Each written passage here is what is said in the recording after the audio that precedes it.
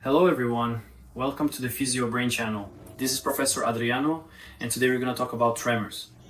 Have you ever noticed at any point in your life that you tremble, that you shake in certain situations? I'm talking about actual tremors of the hand, the leg, the hip, or any part of the body. Do you know anyone in your family or someone close to you who experiences tremors? Stay with me because we're going to try to explain a bit about the differences and characteristics of the various types of tremors we can have.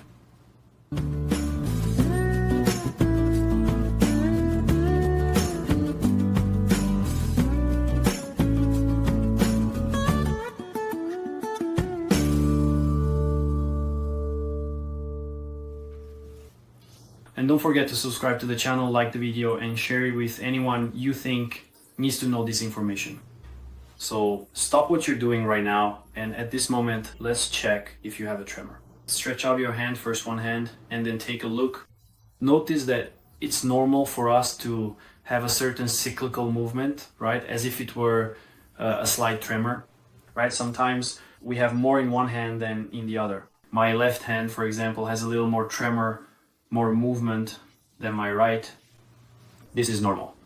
It's what we call a physiological tremor. It isn't associated with any disease. It doesn't mean that I have Parkinson's disease or that I'm going to have Parkinson's disease in the future, okay? It's a physiological tremor, right? Resulting from the body's normal functioning, all right?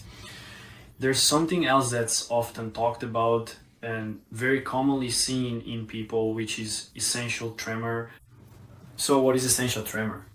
Essential tremor is a specific type of tremor that gradually develops and progresses over time, especially in adulthood, typically starting from around 20 years old, which is the end of adolescence, and continuing to adulthood up to about 50 years old. It is usually associated with some degree of familial predisposition or in some cases a stronger stress factor. So a person who has gone through an accident, some trauma, or a more specific situation that led them to develop a type of tremor which is called essential tremor may have it associated with some of these conditions. So it develops over the course of life, and it can be diagnosed, right, based on a few factors, such as, for example, if it has been appearing or manifesting for more than 3 years, or if there is a family history that could already predispose the person to have it. Okay. Was there any stressful factor, usually related to work-related stress, or the loss of a job? Okay. So usually PR, professions that require a lot, an extreme condition of stress, of attention, it's very common among police officers, it's very common among doctors, among professionals who are under extreme pressure, they develop essential tremor. And it is usually treated with medication and in more severe cases with surgery. Different from Parkinson's tremor. Essential tremor, just to add, it usually manifests during movement. So it's a tremor of action of movement. So while performing a movement, you notice a bit of tremor, okay? Different from Parkinson's.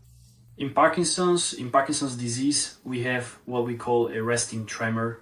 So the person is at rest and then makes some kind of movement. It could be a head movement, it could be tongue tremor, it could be a hand tremor, it could be in the foot, the leg, the arm, right? Depending on the type of the disease, right? So not every tremor is Parkinson's, and not every person with Parkinson's has tremors.